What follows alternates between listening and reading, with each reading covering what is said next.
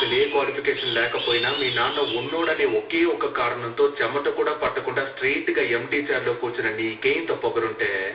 అమ్మ నాన్న తిప్పలపడి school fee కడితే ఎల్కేజీ నుంచి 10th క్లాస్ వరకు కష్టపడి చదివి పాస్ అయ్యి ఇంటర్లో ఈజీగా ఉన్న గ్రూప్ అన్ని వదిలేసి ఎంపీసీ చదివితేనే ఇంజనీర్ అవ్వగలమని చెప్తే కష్టమైన అదే గ్రూప్ సెలెక్ట్ చేసుకుని ఫిజిక్స్ ఒక ట్యూషన్, కెమిస్ట్రీకి ఒక ట్యూషన్, మ్యాథ్స్ ఒక ట్యూషన్ అని రోడ్లు పట్టుకు తిరిగి ఆ ఫీజు కట్టాలి ఈ ఫీజు కట్టాలని అమ్మా నాన్నల్ని హింస పెట్టి బోర్డ్ ఎగ్జామ్ లో పాస్ అవడానికి ఫ్లాస్క్ లో టీ పెట్టుకుని రాత్రంతా చదివి అలారం పెట్టుకుని పొద్దున్నే లేచి మళ్లీ చదివి తీరా పాస్ అయ్యాక ఎంసెట్ లో ర్యాంక్ రాకపోతే లాంగ్ టర్మ్ కోచింగ్ తీసుకుని అప్పటికీ సరైన ర్యాంక్ రాక అమ్మ నగలు తాకట్టు పెట్టి మేనేజ్మెంట్ కోటాలో సీట్ సంపాదించి తెలుగు మీడియం నుంచి వచ్చిన నాకు ఇంగ్లీష్ అర్థం కాక ఫస్ట్ ఇయర్ నుంచి 4th ఇయర్ దాకా ఉన్న అరియర్స్ అన్ని 4th ఇయర్ లో ఒకేసారి క్లియర్ చేసి ఈ సొసైటీలోకి వస్తే ఈ జనమంతా నన్ను ఉద్యోగం లేని యదవా అని నీచంగా మాట్లాడుతున్న లెక్క చేయక ఉద్యోగం కోసం ఆ ఆఫీసు ఈ ఆఫీస్ అని పిచ్చి కుక్కల 4 ఏళ్లుగా తిరుగుతున్న నన్ను ఎందుకు పనికిరావు తిండి